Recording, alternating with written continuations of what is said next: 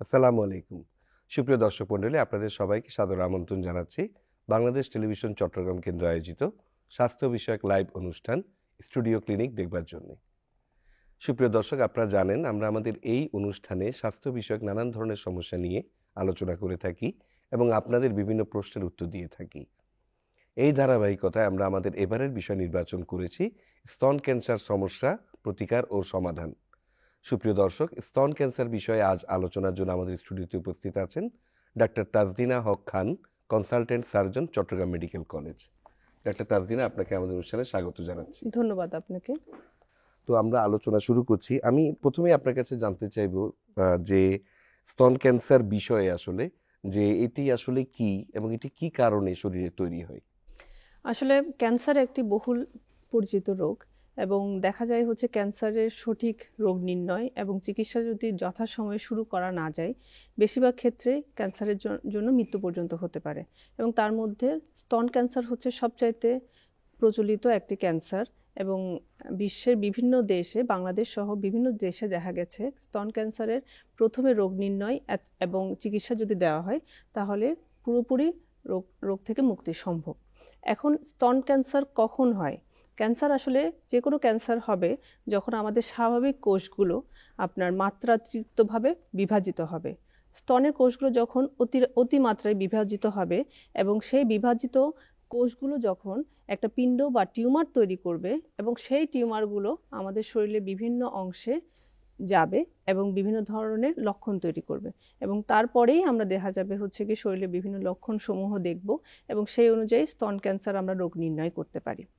এবং দেখা যায় হচ্ছে স্তন ক্যান্সারটা সবচাইতে বেশি তাড়াতাড়ি আমাদের কাছে লক্ষণগুলো যদি জানা থাকে খুব তাড়াতাড়ি আমাদের চোখে ধরা দেয়। জি, বর্তমানে আসলে বিশ্বব্যাপী স্তন ক্যান্সারের কি পরিস্থিতি? বিশ্বব্যাপী কত ধরনের আসলে দেখা গেছে পরিসংখ্যান দেখা গেছে প্রতি বছরই এই পরিসংখ্যান বিভিন্ন ডাটা আমাদেরকে দেয়। বিশ্ব স্বাস্থ্য সংস্থা বলেছে প্রতি বছর প্রায় 2 মিলিয়নের মতো স্তন ক্যান্সারের রোগীরা শনাক্তকরণ হয় এবং বিশ্ব সংস্থার একটা রিপোর্টে বলা গেছে যে বাংলাদেশে আমাদের প্রতি বছর 15,000-এর মতো আমাদের স্তন ক্যান্সারের রোগী আক্রান্ত হয় এবং চিকিৎসা নিচ্ছেন এবং চিকিৎসা নেওয়ার পরে দেখা যায় হচ্ছে বেশিরভাগ রোগী রোগ মুক্তি পাচ্ছেন। জি, এই ব্রেস্ট ক্যান্সার বা স্তন ক্যান্সারের জন্য রিস্ক ফ্যাক্টর বা ঝুঁকির কারণগুলো কি কি? আসলে প্রতিটা ক্যান্সারেরই তো অনেকগুলো লক্ষণ, অনেকগুলো ঝুঁকি আছে। তার মধ্যে হচ্ছে স্তন ক্যান্সারের কিছু লক্ষণ দেখা গেছে, যেমন ধরেন হচ্ছে যদি কোনো মেয়ের আপনার ঋতুস্রাবটা খুব তাড়াতাড়ি শুরু হয়, খুব তাড়াতাড়ি বলতে হচ্ছে 12 বছরের আগে যদি শুরু হয়, অথবা হচ্ছে ঋতুস্রাবটা যদি পরে মেনোপজটা যদি একটু দেরিতে বন্ধ হয়, অথবা হচ্ছে দেরিতে সন্তান গ্রহণ করে, অথবা অতিরিক্ত মাত্রায় দীর্ঘদিন যাবৎ যদি জন্ম নিয়ন্ত্রণ পিল ব্যবহার করে, অথবা হরমোনজনিত কোনো ওষুধ সেবন করে। এবং ইদানিং দেখা গেছে আমাদের পশ্চিমা বিশ্বের আদলে দেখা গেছে আমাদের খাদ্যাভ্যাসের বিপুল পরিবর্তন এসেছে এবং এই বিপুল পরিবর্তনের মধ্যে আছে হচ্ছে আমাদের শাকসবজি ফলমূলের মাত্রাটা আমরা কমিয়ে দিয়েছি। আমরা চর্বি জাতীয় খাওয়া, প্রোটিন আমিষ জাতীয় খাওয়াটা বেশি খাচ্ছি, প্রসেসড ফুড বেশি খাচ্ছি, যেটার কারণে দেখা যাচ্ছে হচ্ছে ক্যান্সারের প্রকোমনটা আমাদের বেশি বেড়ে যাচ্ছে। এছাড়াও দেখা গেছে স্তন ক্যান্সার একটি জেনেটিক ডিজিজ। অনেক সময় দেখা যায় পরিবারে কারো যদি স্তন ক্যান্সার থাকে তাদের ক্ষেত্রে স্তন ক্যান্সার হওয়ার সম্ভাবনাটা খুব বেশি বেড়ে যায়। জি, স্তন ক্যান্সারের ক্ষেত্রে প্রাথমিক লক্ষণগুলো কি কি ভাবে দেখা দেয়? প্রাথমিক লক্ষণ আসলে এই কারণেই সচেতনতাটা আমরা সৃষ্টি করার চেষ্টা করছি যে যত তাড়াতাড়ি লক্ষণগুলো আমাদের রোগীরা বুঝতে পারবে, যত তাড়াতাড়ি নিকটস্থ ডাক্তারের কাছে আসতে পারবে, তত তাড়াতাড়ি রোগ নির্ণয় সম্ভব। প্রথমত দেখা যায় সচরাচর ব্যথাবিহীন চাকা বা ব্যথাবিহীন চাকা, আমাদের স্তনে যদি কোনো ব্যথাবিহীন চাকা অনুভব হয়, অথবা হচ্ছে গিয়ে স্তনের বোটার যদি কোনো ধরনের পরিবর্তন হয়, যেমন আকারে পরিবর্তন হয়, অথবা বোটা যদি ভিতরের দিকে ঢুকে যায়, অথবা স্তনের উপরে চামড়া যেটা আছে এই চামড়ার যদি কোনো ধরনের পরিবর্তন হয়, লাল হয়ে যায়, অথবা চামড়াটা কুঁচকে যায়, অথবা দুইটা স্তনের মধ্যে যদি আমাদের আকার আকৃতিতে কোনো ধরনের পরিবর্তন আমরা লক্ষ্য করি, এছাড়া দেখা যায় বগলের নিচেও যদি অনেক সময় দেখা যায় স্তনে কিছু নেই কিন্তু বগলের নিচে একটা চাকা বা পিণ্ড আছে, সেক্ষেত্রেও আমাদের অবশ্যই একজন নিকটস্থ ডাক্তারের কাছে শরণাপন্ন হওয়া উচিত এবং সেই হিসেবে রোগ নির্ণয় করা উচিত। জি। আপনি যে লক্ষণগুলো বলেন এই লক্ষণগুলো ছাড়াও মানে অন্য কোনো ওয়ার্নিং সাইন বা আমরা যেটা বিপজ্জনক চিহ্ন বলি, এই ধরনের কোনো কিছু কি আছে যেটা হ্যাঁ, মানে অনেক আসা সময় মাত্রই জি যাতে একজন রোগী সরাসরি চিকিৎসকের কাছে যান, এই ধরনের কোনো সাইন কি কিছু আছে? অনেক সময় দেখা যায় যেমন ব্যথাবিহীন চাকা যেটার কথা বলছি ওটা হতে পারে, অথবা দেখা যায় হচ্ছে অনেক সময় বোটা দিয়ে অস্বাভাবিক কোনো রস যদি বের হয়, যেমন রক্ত বের হয় অথবা পুজ পানি যদি আসে, তাহলে অবশ্যই নিকটস্থ ডাক্তারের কাছে আসা উচিত। জি। আর এই পর্যায়ে আমি একটু জানতে চাইবো যে কখন আসলে একজন মহিলার ম্যামোগ্রাম বা পরীক্ষার জন্য কখন ঠিক কোন সময়টায় যাওয়া উচিত? আমাদের আসলে বাংলাদেশের প্রেক্ষাপটে কেউই আসলে দেখা যাচ্ছে যে এই ধরনের জি পরীক্ষা বা এই ধরনের মানে প্রিকটিভ যেই প্রিকশনের জন্য যেই এগুলো করান না। জি তা আপনি কি মনে করেন কোন সময়ে যাওয়া উচিত? আসলে ডাটা বলছে প্রতিটা নারীরই 25 বছর বয়স পরে তার নিজের স্তন নিয়ে সচেতনতা তৈরি হওয়া উচিত। তার নিজের ব্রেস্টটা সে নিজেই পরীক্ষা করে দেখবে 25 বছর পরে একটা নির্দিষ্ট সময়ে, এবং ওখানে যদি যে লক্ষণগুলো আমরা বলছি সেই লক্ষণগুলো যদি পরিলক্ষিত হয়, সেই লক্ষণগুলো সে যদি দেখে, অবশ্যই একজন নিকটস্থ ডাক্তারের কাছে আসবেন। এবং সচরাচর দেখা যায় 35 বছরের পরে অথবা 40 বছরের পরে ম্যামোগ্রামটা আবশ্যক। ম্যামোগ্রাম করাটা অথবা আলট্রাসোনোগ্রাফি করাটা আবশ্যক। ম্যামোগ্রামটা স্ক্রিনিং হিসেবে ইউজ করা হয়, এবং স্ক্রিনিং বলতে হচ্ছে ওই ম্যামোগ্রামে এমন একটা স্তন ক্যান্সারের এমন স্টেজে ধরা পড়ে যখন দেখা যায় লক্ষণগুলোও আসে না কিন্তু ম্যামোগ্রামে ধরা পড়ে। এ কারণে প্রতি বছর একটা 35 বছরের উপরের মহিলাদের প্রতি বছর একবার করে ম্যামোগ্রাম করা উচিত, অথবা যদি প্রতি বছর সম্ভব না হয় প্রতি 2 বছর অন্তর অন্তর স্ক্রিনিং হিসেবে ম্যামোগ্রামটা করা উচিত। জি। ম্যামোগ্রাম ছাড়া আর কোনো পদ্ধতি কি রয়েছে এই স্তন ক্যান্সার নির্ণয় করার জন্য? ম্যামোগ্রাম ছাড়াও আছে। ম্যামোগ্রাম ছাড়া আমরা আলট্রাসোনোগ্রাফি করতে পারি, কিন্তু ম্যামোগ্রামটা হচ্ছে সবচেয়ে বেশি স্বীকৃত। কিন্তু অনেক সময় দেখা যায় হচ্ছে যদি কোনো নারী গর্ভাবস্থায় থাকে অথবা হচ্ছে গিয়ে ব্রেস্টের টিস্যুগুলো যদি খুব বেশি আমরা বলি ডেন্স যদি থাকে, শক্ত যদি থাকে, সেক্ষেত্রে আমরা আলট্রাসোনোগ্রাফি করেও আমরা রোগ নির্ণয় করতে পারি। এবং আলট্রাসোনোগ্রাফি বলেন বা ম্যামোগ্রাম বলেন, যেটাই বলেন না কেন, ওখানে যদি কোনো পিণ্ড পাই বা চাকা পাই, তো পরবর্তীতে টিস্যু পরীক্ষা করে আমরা ওই রোগ নির্ণয় করতে পারি। জি, ধন্যবাদ। আমি একটু এই পর্যায়ে চিকিৎসা পদ্ধতি সম্পর্কে জানতে চাচ্ছি। আচ্ছা। যখনই একজন রোগী শনাক্ত হবে যে উনি স্তন ক্যান্সারে আক্রান্ত, তাহলে তার চিকিৎসার মডিউলটা কি হবে? এই বিষয়ে একটু আমি আপনার কাছে জানতে চাইছি। প্রত্যেকটি নারীর চিকিৎসা হবে, প্রত্যেকটা রোগীর চিকিৎসা হবে আলাদা। কেন আলাদা? কারণ প্রতিটা রোগ নির্ণয় হয় বিভিন্ন স্টেজে, বিভিন্ন পর্যায়ে। যেমন 1 নম্বর পর্যায়ে হতে পারে, 2 নম্বর পর্যায়ে হতে পারে, 3 নম্বর পর্যায়ে হতে পারে। তো সেই পর্যায় অনুযায়ী আমাদেরকে চিকিৎসা প্রদান করতে হবে। এখন যদি কোনো রোগী আমাদের কাছে খুব তাড়াতাড়ি আসে, মানে একদম প্রাথমিক পর্যায়ে আছে, তাহলে দেখা যায় আমাদের এখন বিভিন্ন ধরনের পদ্ধতি আছে। সেই পদ্ধতি অনুযায়ী আমাদেরকে চিকিৎসা নিতে হবে। আগে দেখা যেত ব্রেস্ট ক্যান্সার মানেই, স্তন ক্যান্সার মানেই হচ্ছে ব্রেস্টটা ফেলে দেওয়া, কিন্তু এখন দেখা যাচ্ছে চিকিৎসা পদ্ধতি এতই আধুনিকরণ হয়েছে যে আমরা এখন ব্রেস্টটা রেখেও আমরা চিকিৎসা চালাতে পারি। এছাড়া আছে কেমোথেরাপি আছে, হরমোন থেরাপি আছে, টার্গেটেড ইমিউনোথেরাপি আছে, বিভিন্ন ধরনের চিকিৎসা আছে, রেডিওথেরাপি আছে। কোন পর্যায়ে ওই রোগটা নির্ণয় হলো সেই রোগ অনুযায়ী আমরা চিকিৎসা দিব, এবং তার পরবর্তীতে পেশেন্টের ফলো আপও থাকতে হবে আমাদের কাছে। এই চিকিৎসা পদ্ধতিটি আমরা যেটা শুনি বা জানি এটা অনেক দীর্ঘ পদ্ধতি। জি এখন বর্তমানে কি কোনো আধুনিক কোনো চিকিৎসা এসছে এই মেয়াদী পদ্ধতির বাইরে কোনো পদ্ধতি কি, মানে বর্তমানে তো না, চিকিৎসা দীর্ঘ বিজ্ঞান অনেক উন্নত পদ্ধতি এই হয়েছে। যে বললাম যে আগে যেমন দেখা যেত হচ্ছে মাস্টেক্টমি বা পুরো স্তনটাই ফেলে দেওয়ার একটা চিকিৎসাই ছিল মেইন চিকিৎসা, কিন্তু এখন দেখা যাচ্ছে পুরো স্তন ফেলার দরকার নেই। যে জায়গাটাতে চাকাটা আছে শুধু সেই জায়গাটা আমরা ফেলে দিই, যেটাকে বলা হয় ব্রেস্ট কনজার্ভিং সার্জারি, মানে ব্রেস্টটাকে আমরা রেখেও চিকিৎসাটা চালাতে পারি। এবং এই ব্রেস্ট কনজার্ভিং সার্জারি যদি করা হয়, রেডিওথেরাপিটা অবশ্যই দিতে হবে, এবং রেডিওথেরাপির পরে দেখা যায় হচ্ছে কি পেশেন্টের যদি কোনো ধরনের হরমোন থেরাপি বা কেমোথেরাপি লাগে তাহলে সেই চিকিৎসা দেওয়া হয়। তো দীর্ঘমেয়াদী চিকিৎসা মানে চিকিৎসা শেষ করার পরে পেশেন্টকে আমাদেরকে ফলো আপে থাকতে হবে, একজন নিকটস্থ ডাক্তারের আন্ডারে থাকতে হবে, যাতে সেই লক্ষণগুলো যদি সে বুঝতে না পারে বা সে মিস করে তাহলে সেই নিকটস্থ ডাক্তার সেই লক্ষণগুলা পরিলক্ষণ করবেন। 5 বছর পর্যন্ত ফলো আপ থাকতে হয়। 5 বছরের পরে দেখা যায় 5 ইয়ারলি ফলো আপ করলেই হয় 5 বছর পর পর। জি, আমি এই পর্যায়ে একটু আমি জানতে চাইবো যে হঠাৎ করে যখন একজন রোগী বা একজন মহিলা ব্রেস্ট ক্যান্সারে আক্রান্ত হন, তখনই তিনি মানসিকভাবে অনেক ভেঙে পড়েন। তো তার দেখা যায় যে তার যে আত্মবিশ্বাস বা ক্যান্সারের চিকিৎসার জন্য যে জিনিসগুলোর প্রয়োজন সেই জিনিসগুলা বা আত্মবিশ্বাসটা তার থাকে না। বিদেশে সাধারণত দেখা যায় যে এই ধরনের ক্ষেত্রে একজন কাউন্সিলর নিয়োগ করা হয়, কিন্তু যেহেতু বাংলাদেশের পরিস্থিতি বা প্রেক্ষাপট ভিন্ন, তো সেই ক্ষেত্রে এই ধরনের কিছু করা যায় না। তা আপনি কি মনে করেন একজন চিকিৎসক হিসেবে একজন রোগী যিনি চিকিৎসা করাবেন তার জন্য কি কি আনুষঙ্গিক প্রয়োজন চিকিৎসা ছাড়াও? জি, আমরা এই প্রশ্নের উত্তরে যাব, তবে একজন দর্শক যুক্ত আছেন। সুপ্রিয় দর্শক, আপনার নাম এবং সুপ্রিয় দর্শক আপনার বয়স এবং সমস্যার কথা আমাদেরকে জানান। জি। আমার বয়স হচ্ছে 39, আমার নাম হচ্ছে নাসরিন আক্তার। জি। আমি এর আগে অনেক ডাক্তার দেখাইছি স্তনের জন্য, তো আলট্রাসাউন্ড করছি, তারপরে রিপোর্টে কিছু ধরা পড়ে না, জি। কিন্তু আমার ব্যথা মাঝে মধ্যে ব্যথা আসে, রক্ত গুলো ফুলে যায়, একা একা আবার কমে যায়।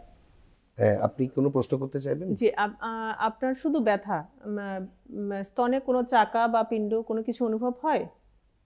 হ্যাঁ হ্যাঁ, মানে রক্ত গুলো ফুলে। আচ্ছা, আপনার মাসিক কি নিয়মিত আছে? হ্যাঁ, নিয়মিত আছে। আচ্ছা, এই আপনার যেটা সমস্যা সেটা হচ্ছে ব্যথা। ব্যথাটাই আমার জি মনে জি, হচ্ছে মেইন সমস্যা। ব্যথা জলে জলে। জি, জি। আচ্ছা। সচরাচর দেখা যায় স্তন ক্যান্সারের লক্ষণগুলোর মধ্যে ব্যথাবিহীন পিণ্ড বা চাকা থাকলে ওটা আমরা বেশি মনে করি স্তন ক্যান্সার। ব্যথাযুক্ত যদি কোনো লক্ষণ দেখা যায়, ওটা দেখা যায় স্তন ক্যান্সার হওয়ার সম্ভাবনাটা খুবই কম থাকে।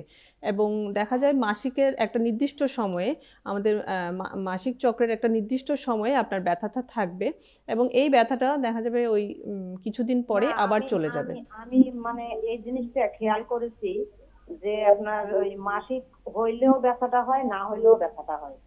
হ্যাঁ, আপনার মাসিক হলে না, আপনার অর্থাৎ হচ্ছে মাসিকের সাথে একটি সম্পর্ক মাসিকের পাওয়া সাথে এটা যাচ্ছে। সম্পর্কিত আছে। এবং মাসিকের যেহেতু আপনার আলট্রাসোনোগ্রাফিতে কোনো চাকা বা কোনো কিছু পায়নি, তাহলে আপনি হচ্ছে নিরাপদ আছেন।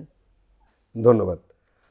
আমি যে প্রশ্নটা আপনাকে করেছিলাম, একজন জি। রোগী মানে যখনই তিনি স্তন ক্যান্সারে শনাক্ত হবেন, তখন তার মানসিকভাবে তিনি যে মানসিক বিপর্যয়ের সম্মুখীন হন, জি। এটি তিনি কিভাবে কাটাবেন?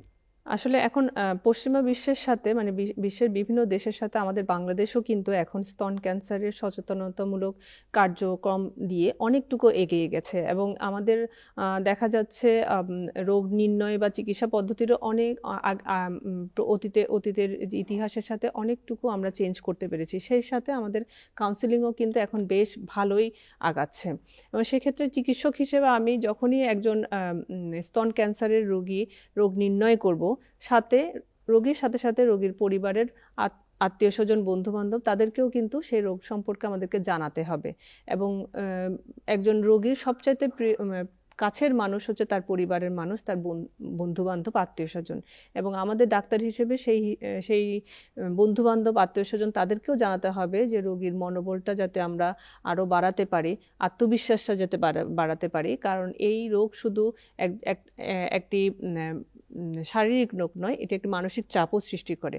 সচরাচর দেখা যায় পরিবারের মানুষদের যদি আন্তরিকতা থাকে তাহলে সেই ক্যান্সারের বিরুদ্ধে সেই রোগী অবশ্যই দাঁড়াতে পারবে। জি, ধন্যবাদ।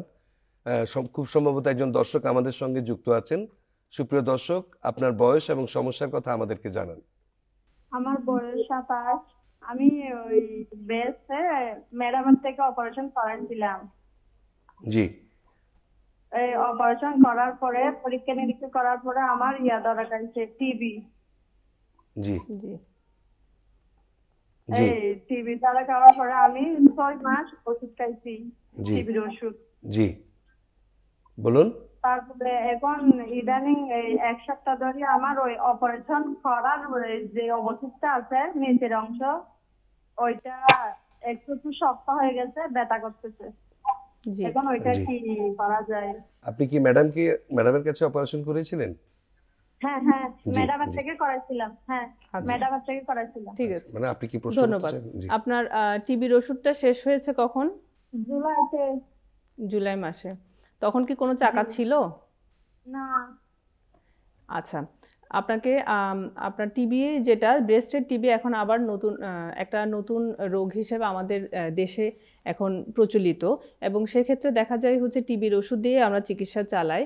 সচরাচর এই রোগীগুলোকে আমাদের 1 বছর একটা ফলো আপে রাখতে হয়। অনেক সময় দেখা যায় হচ্ছে টিবি একটা কোষকে যখন আক্রান্ত করে, ওই রোগটা ভালো হয়ে যাওয়ার পরে ব্রেস্টের অন্য কোষকে হয়তো আক্রান্ত করেছে, অথবা দেখা যায় হচ্ছে টিবির রোগ ভালো হয়ে গেছে, কিন্তু ওখানে যে অবশিষ্ট যে শক্ত ভাবটা আছে, সেই শক্ত ভাবটা যেতে আরো বছরখানেক সময় লাগে। তো এই পেশেন্টের ক্ষেত্রে দেখা যায় আমরা প্রথমে একটা আলট্রাসোনোগ্রাফি করে দেখি যে আসলে ওখানে কোনো চাকা বা কোনো গোটা আছে কিনা। তো আপনি একটা আলট্রাসোনোগ্রাফি করবেন, আলট্রাসোনোগ্রাফি করে আলট্রাসোনোগ্রাফির রিপোর্ট অনুযায়ী আমরা তারপর চিকিৎসাটা আবার যদি শুরু করতে হয় টিবির ওষুধ দিব, না হয় আমাদের কাছে কাউন্সেলিং করলে ওটা চাকাটা চলে যাবে ইনশাল্লাহ। জি, ধন্যবাদ। আমি এই পর্যায়ে একটু জানতে চাইবো যে ব্রেস্ট ফিডিং বা দুধ খাওয়ানো, এটি কি ক্যান্সার প্রতিরোধে কি কোনো সাহায্য করে? জি, অবশ্যই। ব্রেস্ট ফিডিং করলে দেখা গেছে এটা একটা প্রিভেন্টিভ মেজার হিসেবে কাজ করে, প্রতিরোধক হিসেবে কাজ করে স্তন ক্যান্সারের জন্য। এবং দেখা গেছে 30-এর আগে যে নারীদের সন্তান গ্রহণ করেছে এবং ব্রেস্ট ফিডিং করেছেন, তাদের স্তন ক্যান্সারের ঝুঁকিটা অনেকাংশে কমে যায়। এবং যাদের দেখা যায় 30-এর পরে সন্তান গ্রহণ করেন, অথবা হচ্ছে তারা এক্সক্লুসিভ ব্রেস্ট ফিডিং যেটা বলে, যে বাচ্চাকে বুকের দুধ যদি ঠিক মতো না খাওয়ায়, তাদের ক্ষেত্রে স্তন ক্যান্সারের প্রকোপনটা বেশি। জি, তরুণ বয়সে বা অল্প বয়সে বা গর্ভবতী অবস্থায় ব্রেস্ট ক্যান্সার হওয়ার কি পসিবিলিটি আছে? জি আছে, অবশ্যই সেই আছে। ক্ষেত্রে কি করণীয়? সচরাচর দেখা যায় গর্ভাবস্থায় যদি কোনো ব্রেস্ট ক্যান্সার থাকে, সেটা আমাদের জন্য একটু চ্যালেঞ্জিং বিষয় হয়। কারণ হচ্ছে গর্ভাবস্থায় যদি কোনো ব্রেস্ট ক্যান্সার স্তন ক্যান্সার আমরা যদি নির্ণয় করি, সেক্ষেত্রে আপনার মার কথা যেভাবে আমাদের চিন্তা করতে হয়, সেক্ষেত্রে বাচ্চার কথাও আমাদেরকে চিন্তা করতে হয়। এবং যখন রোগ নির্ণয় করব, ওই রোগ নির্ণয়টা তাও আবার তখন কোন পর্যায়ে আছে, 1 নাম্বার, 2 নাম্বার, 3 নাম্বার পর্যায়ে, সেটা আমাদেরকে বুঝতে হবে। এবং সাথে সাথে ওই নারী গর্ভাবস্থার কোন অবস্থায় আছেন, যেমন প্রথম 3 মাসকে আমরা প্রথম ট্রাইমেস্টার বলি, দ্বিতীয় ট্রাইমেস্টার বলি, তৃতীয় ট্রাইমেস্টার বলি, সেই অনুযায়ী আমাদেরকে চিকিৎসাটা চালাতে হবে। এবং সচরাচর দেখা যায় গর্ভাবস্থায় যদি কোনো ব্রেস্ট ক্যান্সার ধরা পড়ে, তাহলে আমরা সবচেয়ে বেশি মাস্টেক্টমি বা স্তনটা ফেলে দেওয়ার কথাই বেশি বলি। কেননা স্তন যদি ব্রেস্ট রেখে অপারেশন আমাদের চিকিৎসা চালাতে হয়, সেক্ষেত্রে আমাদেরকে রেডিওথেরাপিটা দিতে হয়। অবশ্যই রেডিওথেরাপি দিতে হয়, কিন্তু আবার রেডিওথেরাপি বাচ্চার জন্য ক্ষতিকারক। এই কারণে আমরা দেখা যায় হচ্ছে মাস্টেক্টমি বা স্তনটা ফেলে দেওয়াটাকে বেশি প্রাধান্য দিই। পরবর্তীতে যখন প্রেগনেন্সি কমপ্লিট হবে, তখন পরবর্তীতে চিকিৎসা বাকিগুলো দেব। জি, ধন্যবাদ। এই পর্যায়ে একটু জানতে চাইবো যে সেলফ ব্রেস্ট এক্সামিনেশন বা ঘরে বসে নিজের স্তন পরীক্ষা করা, এটি আসলে কতটুকু প্রয়োজন, এবং এই এই জিনিসটি শেখানোর ব্যাপারে আসলে আমরা কি আসলে পায়োনিয়ার হতে পারছি কিনা, বা আমরা কি আদৌ সফল কিনা, এই বিষয়ে একটু আপনার কাছে জানতে চাই। জি, ধন্যবাদ। আসলে এই স্তন ক্যান্সার রোগ নির্ণয় প্রথমেই দেখা যায় ঘরেই বসেই অনেক নারী নিজের স্তন নিজে পরীক্ষা করেই বের করতে পারবে। এখন নিজের স্তন নিজে পরীক্ষা করতে হলে একটা নারীকে জানতে হবে আগে সে কি দেখবে, তারপরে সে সেই অনুযায়ী নিকটস্থ ডাক্তারের কাছে আসবে। এবং আমাদের জন্য আনন্দের বিষয় এই যে এখন দেখা যায় বিশ্বব্যাপী, আমাদের বাংলাদেশেও বিভিন্ন সচেতনতামূলক যে কর্মসূচি রাখা হয়েছে, সেই সচেতনতামূলক কর্মসূচির মধ্যে নিজের ব্রেস্ট নিজেকে কীভাবে পরীক্ষা করতে হবে, নিজের স্তন পরীক্ষার নিয়মগুলো আমাদেরকে সচেতনতার লিফলেটের মাধ্যমে আমরা নারীদেরকে বা আমাদের রোগীদেরকে জানানোর চেষ্টা করি। এবং এই বছরই প্রথম আমাদের চট্টগ্রাম মেয়র মহোদয় আমাদের পুরো চিটং শহরকে আমাদেরকে পিঙ্ক অক্টোবর হিসেবে, পিঙ্ক সিটি হিসেবে আমাদেরকে উপহার দিয়েছেন। এবং ওনার তত্ত্বাবধানে আমাদের চিটংয়ের বিভিন্ন জায়গায় বিভিন্ন কর্মসূচিও গ্রহণ করা হয়েছে। এবং সেখানে দেখা যায় আমরা সবচাইতে বেশি ফোকাস দিচ্ছি এই নিজের স্তন নিজে পরীক্ষা করার ক্ষেত্রে। নিজের স্তনটা নিজে পরীক্ষা করে দেখবে মাসিকের 7ম দিনে। সচরাচর আমরা বলি মাসিকের 7ম দিনে নিজের ব্রেস্টটা নিজে পরীক্ষা করে দেখবে কোনো চাকা আছে কিনা, কোনো বোটা আছে কিনা, অথবা বোটার কোনো আকার পরিবর্তন আছে কিনা, বা বোটা দিয়ে কোনো পানি বের হচ্ছে কিনা। এরকম যে লক্ষণগুলো আগে বলা হয়েছে সেই লক্ষণ বা কোনো ধরনের যদি অসঙ্গতি দেখা যায় তাহলে অবশ্যই নিকটস্থ ডাক্তারের কাছে আসবে, পরামর্শ নেবে। এবং সেই ক্ষেত্রে যদি প্রাথমিক পর্যায়ে আমরা স্তন ক্যান্সারটা নির্ণয় করতে পারি তাহলে চিকিৎসা চালালে অবশ্যই সেই রোগ মুক্তি সম্ভব। জি, এই পর্যায়ে একটু জানতে চাইবো যে এই যে সেলফ ব্রেস্ট এক্সামিনেশন প্রসেস, এটি শেখানোর ব্যাপারে, এটি সাধারণত যেহেতু অ্যাডোলেসেন্ট মেয়েদের বা স্কুল বা কলেজে এই সেলফ ব্রেস্ট এক্সামিনেশন যিনি পদ্ধতিটি শেখানোর কি কোনো কিছু সরকারি কোনো নির্দেশনা বা কিছু আছে? আমি আপনার কাছে জানবো। তবে একজন দর্শক যুক্ত আছেন। সুপ্রিয় দর্শক, আপনার বয়স এবং সমস্যার কথা আমাদেরকে জানান। আমার নাম পারবিন। জি জি। আমার স্তনে ব্যথা আর চুলকানি আর 4 মাস ধরে, কিন্তু আমি মেমোগ্রাফ করছি 4টা, মেডিকেলে ভালো মেডিকেলে পরীক্ষা করছি, কিন্তু এরা কিছু হয়নি, আপনার হয়নি। কিন্তু দুধের বোটাতে ব্যথা হয়। জি। কিন্তু আমি নিজেও পরীক্ষা করি, আমি সচেতন। আবার মেমোগ্রাম করছি 5টা, ইসিজি করছি 6টা, কিছুই ধরা যায় না। আচ্ছা, আমাদের চিকিৎসক আপনার সঙ্গে যুক্ত আছেন, আপনি কি কোনো প্রশ্ন করতে চান? আচ্ছা, আপনি এতগুলো ম্যামোগ্রাম কেন করেছেন? ভয় থেকে? আমি শুনেন, আমি সন্দেহ করে করছি, একখানো না ধরা পড়ে আরেকখানো বুঝতে পেরেছি। আর পপুলারে করলাম, বাড়িতে করলাম, তারপরে আসলে ব্যথা কোনো জি পিঠে করলাম। আচ্ছা, স্তনে ব্যথা কিন্তু স্তন ক্যান্সারের লক্ষণ নয়। এটা আমি কিছুক্ষণ আগেও একজন দর্শককে বলেছি। স্তন ক্যান্সারের লক্ষণ ব্যথাবিহীন চাকা। এবং আপনার যে ব্যথাটা আছে সেটা আমার বেশিরভাগ ক্ষেত্রে দেখা যায় হচ্ছে এই ব্যথাটা পুরোপুরি যায় না, আপনাকে ধৈর্য ধরতে হয়। পেশেন্ট আমরা বলি হচ্ছে কি বিভিন্ন কাউন্সিলিং এর মাধ্যমে ব্যথার ওষুধ সেবন করবেন যখন খুব মাত্রাতিরিক্ত থাকবে। মাত্রাতিরিক্ত না হলে আমরা এটা নিয়েই আমাদের জীবনযাপন করতে হবে। যদি কোনো চাকা না থাকে তাহলে আপনার এই ব্যথা নিয়ে আপনার চিন্তা করার কিছু নেই। এবং এটা কোনো স্তন ক্যান্সারের লক্ষণ নয়। এতবার আপনি ম্যামোগ্রাম বা আলট্রাসোনোগ্রাফি করবেন না, কারণ একবার ম্যামোগ্রাম করতে হলে ব্রেস্টেরও কিছু ইনজুরি হবে, স্তনের কিছু ইনজুরি হবে, তখন আপনার ব্যথাটা আরো বাড়বে। তাই যদি বছরে একবার আপনার ম্যামোগ্রামটা নর্মাল থাকে, কোনো কিছু পাওয়া না যায়, তাহলে আপনি নিশ্চিন্ত থাকবেন। তাহলে 2 বছর পরে আবার করবেন। বারবার করলে আপনার ব্রেস্টের টিস্যুগুলো নষ্ট হবে। এবং ব্যথা নিয়ে আপনি একদমই ভয় পাবেন না। এটা হচ্ছে গিয়ে আপনার স্তন ক্যান্সার নয়, কিন্তু স্তনের অন্য একটি রোগ, যেটা দেখা যায় হচ্ছে আপনার নিয়ে চলতে হয়। কিছুদিন পরে মাসিক যখন একদম বন্ধ হয়ে যাবে, মাসিকের বন্ধ হয়ে যাওয়ার পর আবার ব্যথাটা চলে যাবে আপনার। জি, ধন্যবাদ। এই পর্যায়ে একটু জানতে চাইবো যে স্তন ক্যান্সার ছাড়াও স্তনের আর কি রোগ হতে পারে? আচ্ছা, স্তন ক্যান্সার ছাড়াও কিছু বিনাইন রোগ হতে পারে, বিনাইন টিউমার হতে পারে। বিনাইন বলতে হচ্ছে যেগুলো ক্যান্সার নয়। যেমন তার মধ্যে একটা আছে ফাইব্রোডেনোমা। ফাইব্রোডেনোমা হচ্ছে গিয়ে যে আপনার একটা চাকা বা পিণ্ড থাকবে ব্রেস্টের মধ্যে। সচরাচর দেখা যায় 25 থেকে 35 বছর বয়সের নারীদের এই টিউমারটা হয়। আরেকটা হতে পারে হচ্ছে মাস্টালজিয়া বা ব্রেস্টের ব্যথা। আমাদের 2জন দর্শক এটা বলেছেন যে ব্যথা নিয়ে শুধু ব্যথাই থাকে তাদের কমপ্লেন।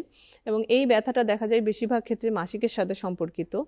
আবার ইদানিং দেখা যাচ্ছে ব্রেস্টের টিবি হতে পারে।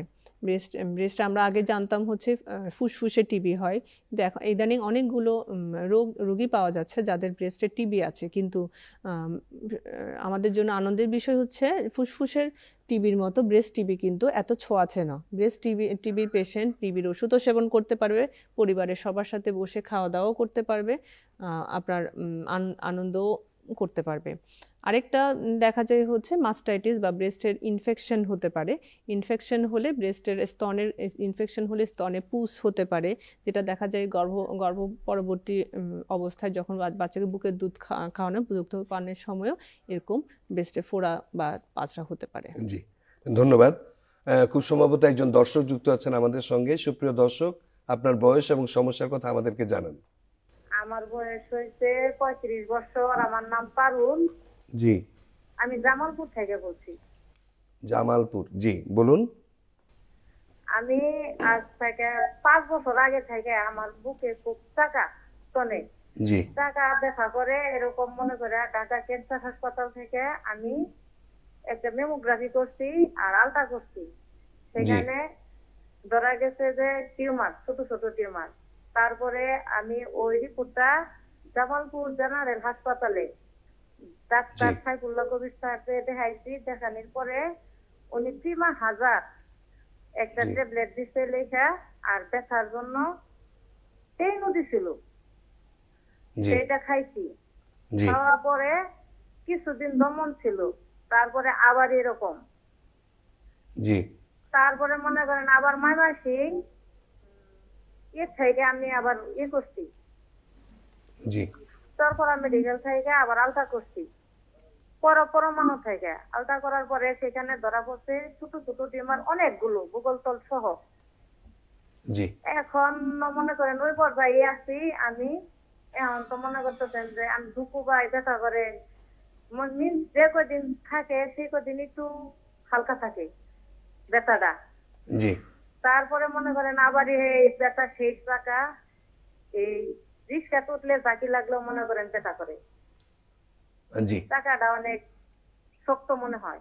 জি, আপনি কোনো প্রশ্ন করতে চাইবেন? এখন আমি কি করতে পারি? আপনার প্রিমা হাজার যে ওষুধটা দিয়েছে, সেই ওষুধটা আপনি কতদিন খেয়েছেন?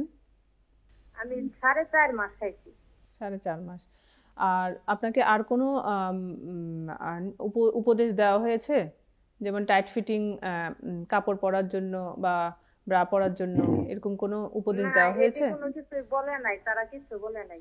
আচ্ছা, আপনার যেটা বলছেন যে ছোট ছোট টিউমার, ওটাকে আমরা ফাইব্রোসিস্টিক ডিজিজ বলি। ফাইব্রোসিস্টিক মানে আপনার ব্রেস্টের মধ্যে বিভিন্ন জায়গায় পানি জমে যায়, ঠিক আছে? তো পানি যখন জমে যায়, যখন পানির পরিমাণটা বেড়ে যায় তখন আপনার ব্যথাটা বাড়বে, পানির পরিমাণ যখন কমে যায় তখন ব্যথাটা কমে যাবে। এই যে বললাম যে ব্যথা, এই আমাদের দেখা যায় স্তনের রোগগুলোর মধ্যে একটা খুব বেশি পীড়াদায়ক রোগ হচ্ছে স্তনের ব্যথা। কোনো চাকা থাকে না কিন্তু ব্যথা যায় না।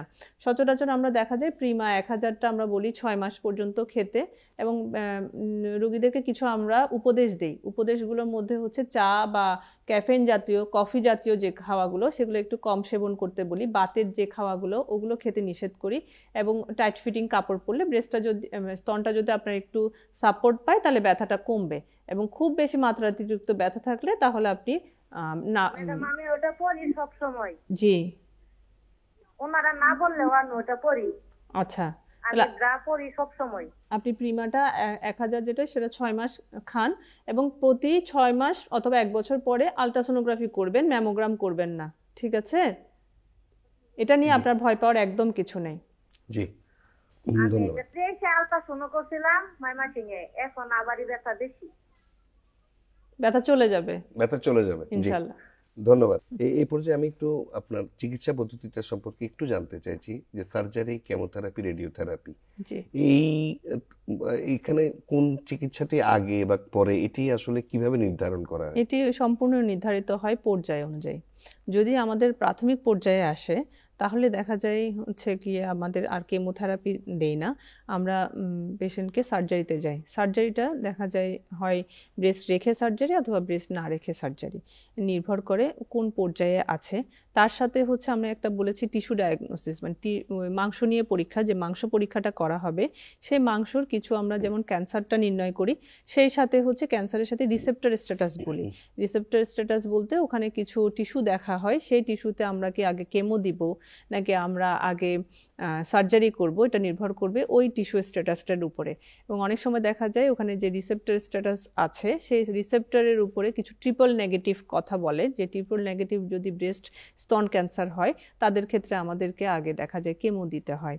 তো সম্পূর্ণ চিকিৎসা আসলে নির্ভর করে হচ্ছে পেশেন্ট যখন আমাদের কাছে আসে, পেশেন্টটা কোন পর্যায়ে আমাদের কাছে রোগটা নির্ণয় হলো, সেই সাথে হচ্ছে আমরা রোগীর সাথে বসি, তার সাথে আমরা যারা সার্জন আছি তারা বসি, যারা আমাদের ক্যান্সার বিশেষজ্ঞ আছে তারা বসে সবাই একটা টিম ওয়ার্ক করে তারপর আমরা যেই চিকিৎসাটা ওই পার্টিকুলার সেই পেশেন্টের জন্য অ্যাপ্রোপ্রিয়েট হয়, যে পার্টিকুলার মানে ওই পেশেন্টের জন্য যেটা সবচাইতে ভালো হবে সেই চিকিৎসাটাই আমরা দেওয়ার চেষ্টা করি। ধন্যবাদ। আমরা আসলে নারীদের স্তন ক্যান্সার নিয়ে বলছি, পুরুষদের কি স্তন ক্যান্সার হওয়ার সম্ভাবনা আছে? জি, পুরুষদেরও স্তন ক্যান্সার আছে, স্তন ক্যান্সার হয়ও।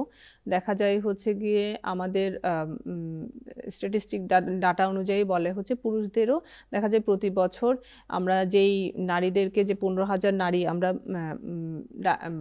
রোগ নির্ণয় করলাম স্তন ক্যান্সার, তার মধ্যে 98% নারীদের হলেও আর 2% পুরুষদেরও হতে পারে।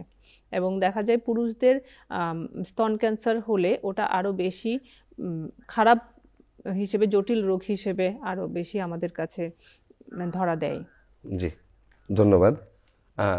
সুপ্রিয় দর্শক, একজন দর্শক বোধহয় আমাদের সঙ্গে যুক্ত আছেন। জি, আপনি প্রশ্ন করুন, সমস্যার কথা জানান, আপনার বয়সটি উল্লেখ করবেন। স্যার, আমি খাগড়াছড়ি থেকে বলছি। জি, বলুন। এখন আমি যেটা জানতে চাচ্ছি ম্যাডামের কাছে, আমি একটু রোগী সম্পর্কে জানতে চাচ্ছি। রোগী সম্পর্কে আপনার কি হন? 8 বছর ছিল ওনার, ওই যে আগুনে জামায় আগুন লাগছিল, এরপরে ওনার পিঠে এবং সামনে স্তন যেগুলা ছিল ওনার পুড়ে গেছিল আর কি। পুড়ে যাওয়ার পরে এখন ওনার এই যে স্তন দুটা কোনোভাবে হচ্ছে না। এখন এই বিষয়ে একটু ম্যাডামের কাছে জানতে চাচ্ছি কি করতে পারি। আচ্ছা, স্তন পুড়ে গেছে মানে 8 বছর আগে, তাই তো? না না, ওনার বয়স 8 বছর, এখন বর্তমানে ওনার বয়স 9.5 বছর। না, আগুনে পুড়েছে কতদিন আগে? এই 1.5 বছর আগে ম্যাডাম। 1.5 বছর আগে। 1.5 বছর আগে যখন আগুনে পুড়েছে তখন আপনার চিকিৎসা কোথায় নিয়েছেন? আমরা খাগড়াছড়ি সদর হসপিটালে এবং কি চট্টগ্রামেও নিয়ে গেছিলাম। আচ্ছা, আপনার ব্রেস্টের আকৃতি হয়তো আপনার পোড়া দাগের কারণে, পুড়ে গেলে, যে কোনো জায়গায় পুড়ে গেলে আমাদের শরীরের রোগ প্রতিরোধ ক্ষমতা অনুযায়ী ওখানে অনেক ধরনের টিস্যু তৈরি হয়। সেই টিস্যুগুলো অনেক বেশি মাত্রাতিরিক্তভাবে বিভাজিত হয়ে ওখানে আকারটা পরিবর্তন করেছে। এখন আপনার জন্য সবচাইতে ভালো হবে যদি নিকটস্থ হাসপাতালে কোনো যদি প্লাস্টিক সার্জন থাকে তাহলে তাদের শরণাপন্ন হওয়া, অথবা হচ্ছে গিয়ে ঢাকায় যাওয়া। ঢাকায় বার্ন প্লাস্টিকে যদি যান তাহলে সেক্ষেত্রে দেখা যায় আপনার এখন অনেক ধরনের চিকিৎসা আছে আপনার ব্রেস্টের আকৃতি আবার ফিরিয়ে আনার জন্য। ওদের অনেক ধরনের উন্নত চিকিৎসা আছে। ওই চিকিৎসকদের শরণাপন্ন যদি আপনি হন, ওই চিকিৎসকের সাথে যোগাযোগ করলে অবশ্যই আপনার সমস্যার সমাধান পাবেন। জি, ধন্যবাদ। এই পর্যায়ে আমি একটু জানতে চাইবো, অক্টোবর মাসকে ব্রেস্ট সচেতনতার মাস বলা হচ্ছে এবং এই মাসে বিভিন্ন রকম কার্যক্রম হাতে নেওয়া হয়েছে। আপনি কি মনে করেন এই ধরনের কার্যক্রম কি এই ব্রেস্ট ক্যান্সার প্রতিরোধে সহায়ক হবে বলে আপনি মনে করছেন?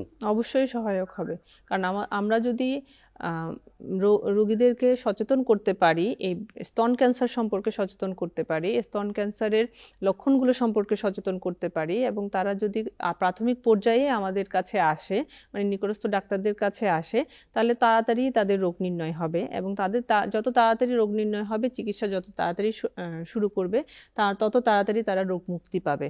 এবং স্তন ক্যান্সার আগে ছিল একটি আতঙ্কের নাম, কিন্তু এখন দেখা যাচ্ছে বিভিন্ন ধরনের চিকিৎসা পদ্ধতির বিভিন্ন ধরনের প্রযুক্তির কারণে আমরা যত তাড়াতাড়ি রোগ নির্ণয় করতে পারছি, রোগীকে একদম ক্যান্সার মুক্ত করা যায় এবং রোগী দেখা যায় হচ্ছে ক্যান্সার মানেই মৃত্যু, এই ধারণা থেকে বের হয়ে আসতে পারবে।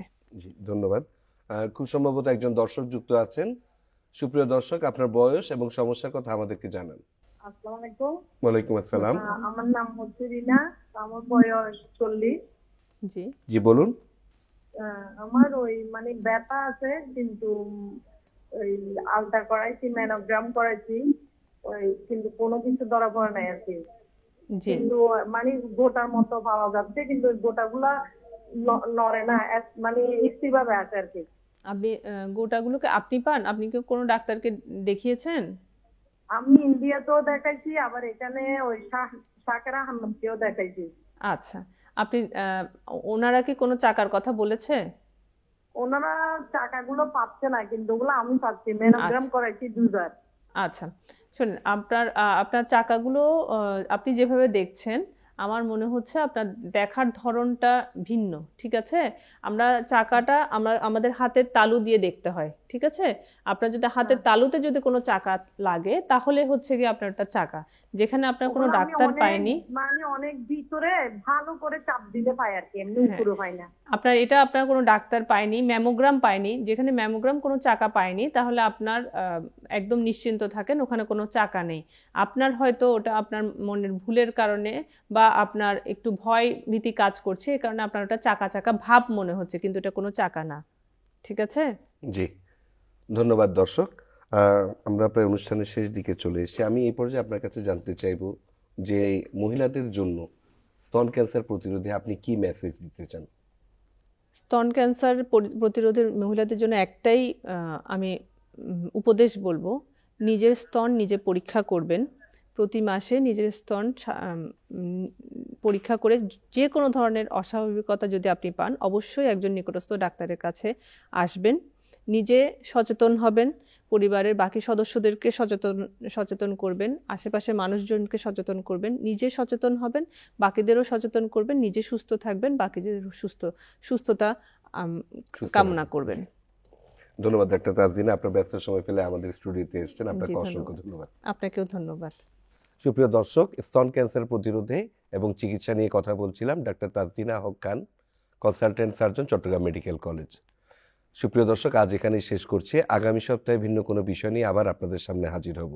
সেই পর্যন্ত আপনারা ভালো থাকুন নিরাপদে। আল্লাহ হাফেজ।